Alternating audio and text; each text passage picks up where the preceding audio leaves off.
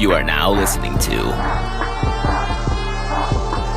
the Primal Armor Podcast.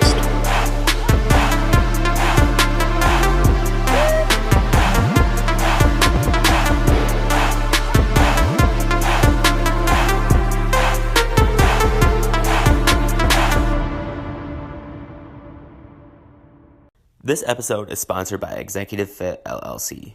They build custom deadlift platforms, custom barbell storage pieces, and make indoor and outdoor signage for your home or corporate gym. Every platform that pairs with a rack is customized to that specific rack, so everything fits nice and clean. And they ship nationwide. Each platform has a logo applied in a way that makes it impossible to peel up from wear and tear. They even make custom nameplates for your squat rack.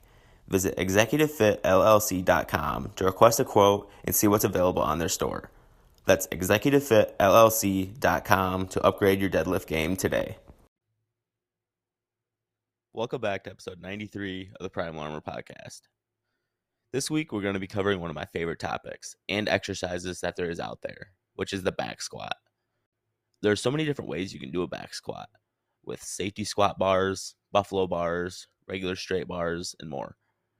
Each one of these changes up the degree of which we squat just slightly, so it'll make it feel like a different movement. A big reason is because it's loaded in a different position on your body. And this is similar to how people prefer low bar or high bar back squats when using a straight barbell, because this also changes the movement ever so slightly. You'll see many Olympic lifters doing high bar back squats, and most power lifters doing low bar back squats. And if you don't know what that means, it just refers to where you have the bar placed on your back or your traps. But that brings up the question to be asked. Which one is better, and which one should you be doing? Low bar or high bar back squats? In high bar back squats, you're typically putting the bar on top of your traps and using it as a shelf to be able to keep the bar in place throughout the entire movement. In low bar back squats, you'll be positioning the bar lower down in your back, where it actually lays across your shoulder blades and the posterior portion of your delts. And then you'll have to actively pin it against your back rather than just having it just sit there on that shelf.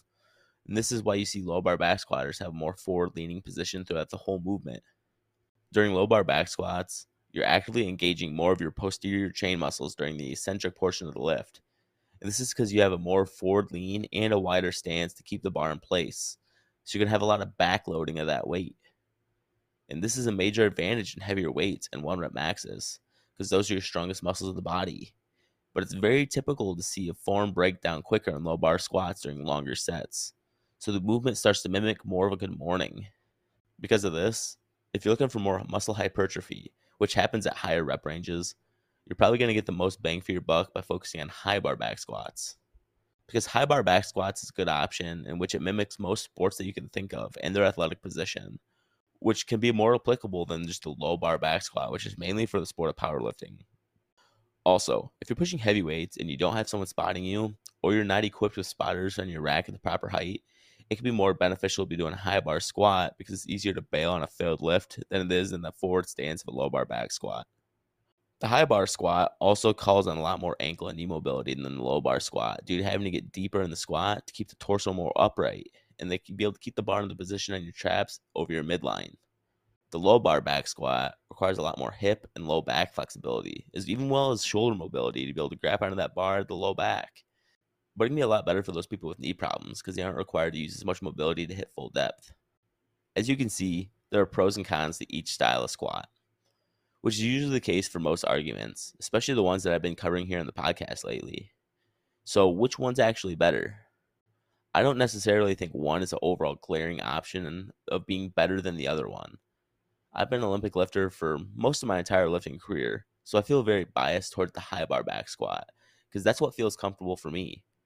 I've been rarely doing any low bar back squats in my career because it's been a big struggle for me to get comfortable in that position, especially with my shoulders because I have quite a bit of history of shoulder injuries from sports over the years.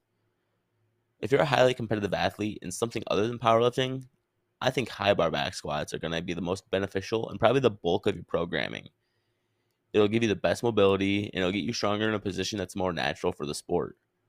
But I don't think it's smart to be one-dimensional, so low bar back squats should still be added into your program, especially because they're so posterior chain dominant, and that's one of the biggest factors in powerful athletes.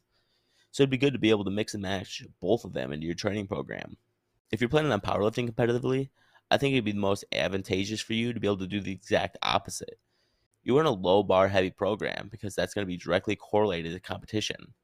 It'll be worth getting used to heavy weights early and often in your career in that position because that's the most natural for that sport. But again, I don't think you should be limiting yourself to one only. High bar back squats are great to keep you more limber, to work on more hypertrophy, and who doesn't want bigger muscles? Especially because in the long run, bigger muscles can help push heavier weights. So while one isn't necessarily better than the other, you can definitely see that depending on your goals or your sport, that you can probably choose one or the other to be able to focus on for the majority of your training. But it's very important to be a well-rounded lifter to be the best possible self. So I think you should be working on practicing on both. And even using different bars to do so. Just like how you're loading yourself slightly differently with a high bar and low bar squat. You can see there's plenty of differences in this slight change, and specialty bars can help you do the same. Like I was saying earlier, I really struggled to get into low bar back squats because of my shoulder mobility.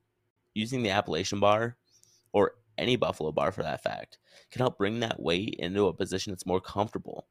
Making this change into my own programming has really helped me incorporate more low bar back squats into my program in the last few months, which also helps me practice what I preach by being able to do a healthy mix of both variations of my training.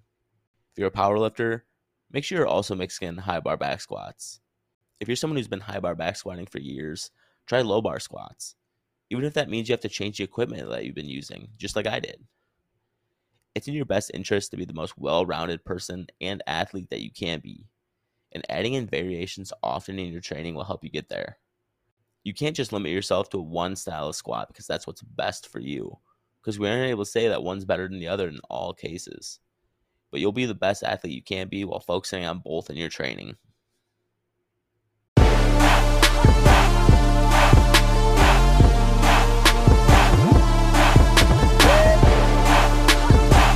I just want to thank you for listening to today's podcast, and we'll see you back here again next week.